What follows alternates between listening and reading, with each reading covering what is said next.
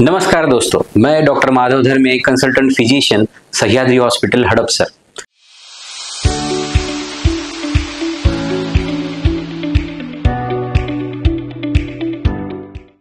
आज मैं आपको एक ऐसी बीमारी के बारे में बताना चाहता हूं जो फिलहाल बनी हुई है टॉक ऑफ द टाउन, जो है चिकनगुनिया। शायद आप सभी ने इसका नाम सुना होगा और आपके आसपास आपने पेशेंट्स भी देखे होंगे। तो आइए जानते हैं आखिर चिकनगुनिया है क्या। चिकनगुनिया नाम का एक वायरस होता है जो कि आपके शरीर में जाने के बाद आपको लक्षण आते हैं। आइए दूसरा प्रश्न लेते हैं, चिकनगुनिया वायरस आखिर शरीर में जाता कैसे है। चिकनगुनिया वायरस ट्रांसमिट होता है मॉस्किटोज की एजेंसी के थ्रू। उस मॉस्किटो का नाम होता है एडिस इजिप्टी। इस प्रजाति का मॉस्किटो जब किसी बीमारी वाले इंसान को काटता है और वही मॉस्किटो जाके किसी नॉर्मल इंसान को जब काटता है, तब वो चिकनगुनिया वायरस को एक पर्सन से दूसरी पर्सन की तरफ ट्रांसमिट कर देता है। क्या होते हैं लक्षण चिकनगुनिया के? चिकनगुनिया के खासकर लक्षण होते हैं हाई ग्रेड फीवर, जो कि 2 या 3 दिन तक रह सकता है, लेकिन उससे भी ज़्यादा हॉलमार्क साइन हम लोग जिसे बोलते हैं, वो होता है जॉइंट पेन यानी जोड़ों का दर्द, खासकर एंकल पेन यानी कि आपकी एड़ियों में दर्द होना। जो भी जॉइंट आपका बॉडी में पहले से कॉम्प्रोमाइज़्ड है या डिसीज़्ड है, जो कि प्रीवियस किसी ट्रॉमा की वजह से, किसी इंजरी की वजह से अगर कॉम्प्रोमाइज़ है, या फिर ऑस्टियोआर्थराइटिक जॉइंट है यानी कि जिसको संधिवात बोला जाता है, उस प्रकार का जॉइंट है, तो चिकनगुनिया में दर्द सबसे पहले उस जॉइंट से शुरू होता है और वही दर्द काफ़ी ज़्यादा देर तक उस जॉइंट में रह सकता है। अगले लक्षण होते हैं चक्कर आना, बहुत ज़्यादा बुखार आना, सर दर्द होना, और ख़ासकर एल्डरली यानी कि जो कि ज़्यादा एज के, ज़्यादा उम्र वाले जो भी हमारे पेशेंट्स होते हैं, उनमें चक्कर आके गिर जाना, ये भी समस्या हमने काफ़ी लोगों में देखी है। एक और चीज़ चिकनगुनिया में पाई जाती है, जो कि उसको डेंगू जैसा बनाती है, वो है प्लेटलेट काउंट का ड्रॉप होना। लेकिन लकीली चिकनगुनिया में प्लेटलेट काउंट डेंगू जितना ड्रॉप नहीं होता। आइए जानते हैं चिकनगुनिया के ट्रीटमेंट के बारे में।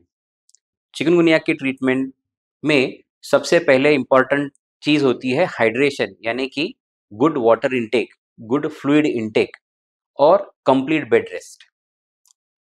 दूसरी चीज़ होती है एनाल्जेसिक्स यानी कि पेन रिलीविंग एजेंट।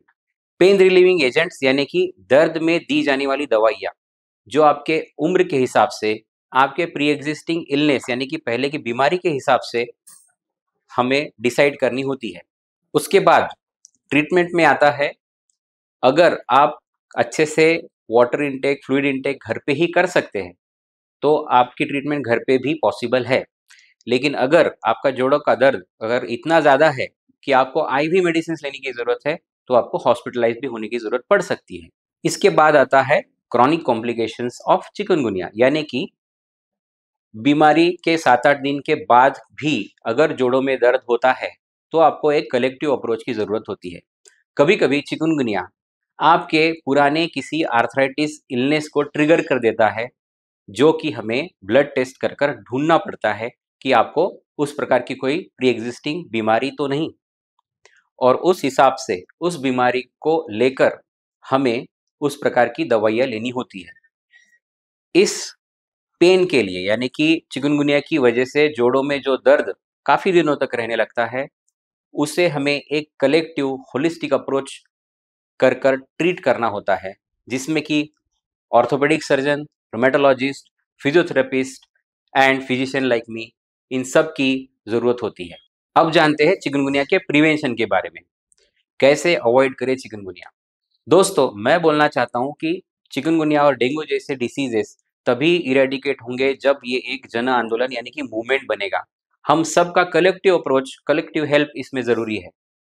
जो भी मॉस्किटो ब्रीडिंग प्लेसेस होते हैं, हमें उन सब को नष्ट करना होगा, और सिर्फ एक बार नहीं, लगातार हर 3-4 दिन में you have to give a review of your surrounding. आपके आजू-बाजू में आपको देखना पड़ेगा।